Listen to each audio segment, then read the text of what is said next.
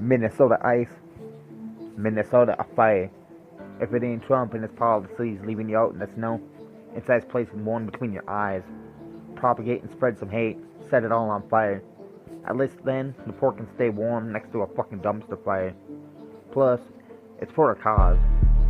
You want to be admired? Try fucking off first. Earn what you desire. Don't just wire funds from your dad and blow it all on bad haircuts. His pocketbook's deep, so we must owe him applause. Wait, no we fucking don't. It's his own fucking cause. And you work for us. Fucking pause. We hired you, you simple-minded fuck. You ain't nothing but a schmuck. But with no real surprise to me, he thinks he's a fucking hero. Some sort of man of steel and a chiseled, gilded portrait of Robert De Niro. But the truth is, to most of us, you're the anti-hero. You're Gerald Ford with an ego.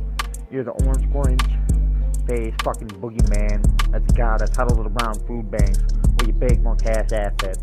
Fuck you, Fortune 500 assets. Well, anyways, beyond that, and you're being a potential chomo, a convict, and a Soviet rat, or if that's the truth, Putin's a predator and a cat. You're a spoiled boy who thought he became a man when he inherited the world just to push his luck. Fuck it up twice. A mice and man. You're a wildebeest in a cobra's den. Here's my advice for you. Go build a casino in Reno, melt the ice, stop the hate and fuck off. You look like cartel and you're doing the jobs like sloths. I'm sick of how whenever you get a yeast infection in your pussy, you fucking Nazi Gestapo create an insurrection and ruin my state with a shitty run police state and negate legislation and responsibility for your rations. But then again, that was the coward's expected action. You seem sadistic, so understand why the American people give this reaction. You're Hitler, with the Russian dictator's dried semen for a mustache. Do you hate the poor? Do you hate God? Do you hate the light? Get out of the dark and night and fight, not against man, but against the darkness. What is it with the fucking sodomy of the nation? Is it your vice? It's all about those markets. Quit being so fucking cold and disappointed. That's the only part of you that's self-started. I bet when you say your name you climax at least once or twice, but then it's dry like your wife. At least you can't produce life. You feel like a big man as you treat us like rats. You shit-fed the populace, controlled them with lies and fed it to the cats. They spit the nation abroad at the heart as it dies.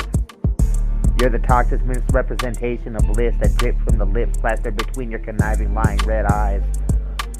You sliver like a serpent with a snake. You have control and enough supply, so why not take over the world, both far and wide?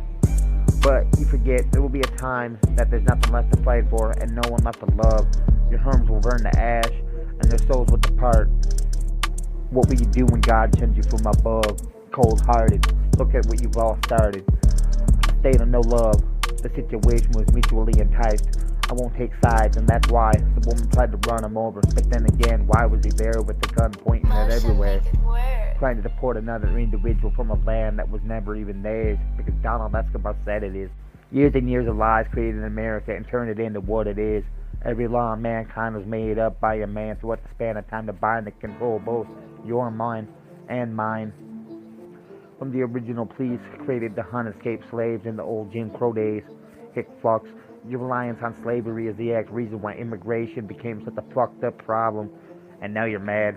Well, you're war and peace to the puzzle Jethro, and there's many more. Throughout time, there have been many atrocities, now locked behind closed block doors. And remember this, Hans de Leon and Christopher Columbus didn't have their fucking work visas when they came here. And the builders of our nation never had a visa card. They didn't. But here we are as a worthless consumer nation. It's a hopeless nation. Self-sufficiency is gone. We're just pawns. Anyway, while you all fuck up the world, we loved and build in a short time. You've been alive. We stood by. But understand this. You popped out of a pussy and so did I. You're not a god, you're just a man. And that's if you would have grown a pair and ever made a stand for what's right and fought the fight despite the respite and spite that you might ignite. Beyond that, you're a part of the system.